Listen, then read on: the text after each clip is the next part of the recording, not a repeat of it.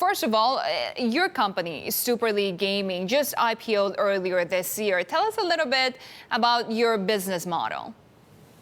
Yeah, absolutely. So if you look at a lot of the publicity around esports for the last few years, it's been mostly about investment at the professional level. And most of those have been private investments.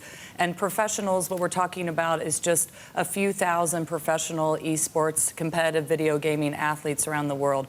We're focused on the fact that there's over 2 billion gamers on the planet, and about 50% of them identify as competitive. So no different than if you like to play tennis. At some point after taking lessons, you might want to join a team and to participate in some kind of competitive structure. So when they talk about the $3 billion market for esports, that is mostly concentrated on the professional level. We would argue that there is a much larger market space out there in defining this new category of amateur competitive esports.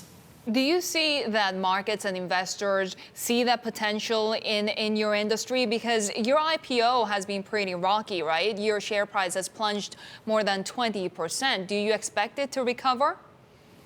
Absolutely. I mean, a lot of this is about awareness. If you look at right now what's happening in esports, because almost all the investment opportunities are private, and a lot of those valuations are also really getting inflated. And so one of the reasons we made a decision to list on NASDAQ out of the gate early was we saw the public markets wanted to participate in esports. And there aren't a lot of ways to do that other than large cap investments with the game publishers themselves.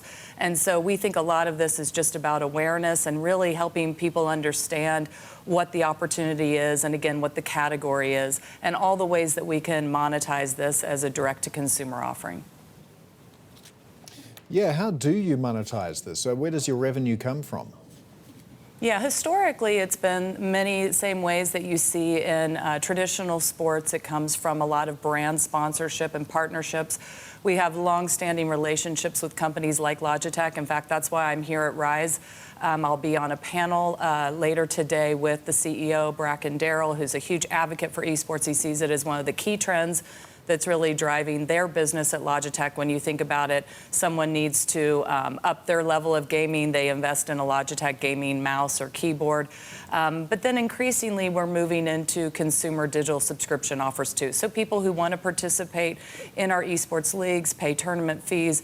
But over time, we're moving into other types of exciting revenue streams where we'll allow players to capture their highlight reels and really start to celebrate all things around their gaming lifestyle.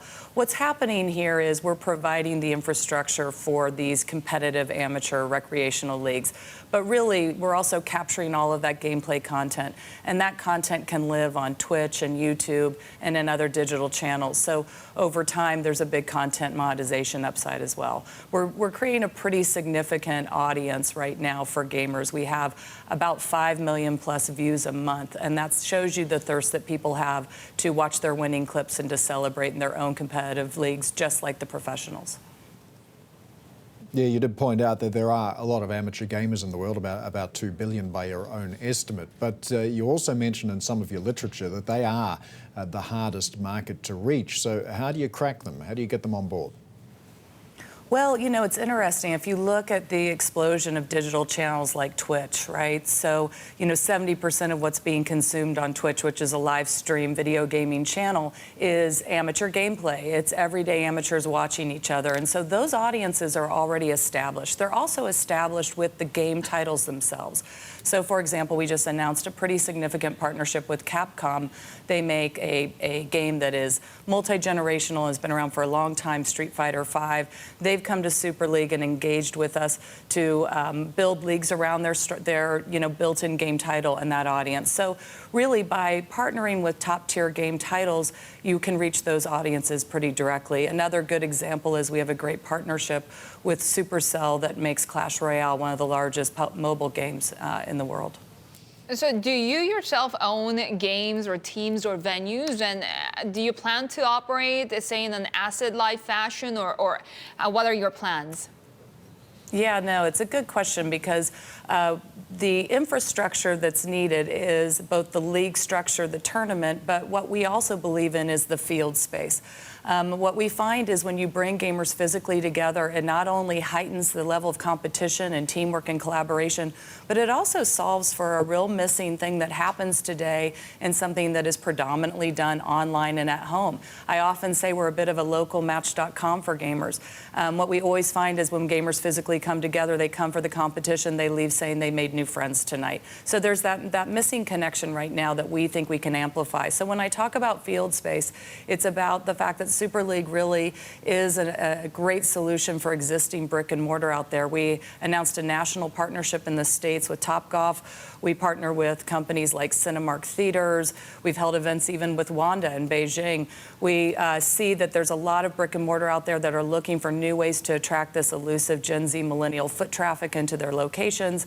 And for us, they make for great field spaces as well to have that heightened level of competitive video gaming. Yeah, how much uptake has there been on the brick and mortar side of it? Yeah, I mean, I spent most of my career in large cap retail prior to jumping into the esports space, and that's probably one of the easiest conversations to have. You know, you look at it, you know, not only do mall operators, theater chains, all of those types of companies have challenges today, but every retailer has a weekday part. Everyone has a night of the week that they're trying to solve for.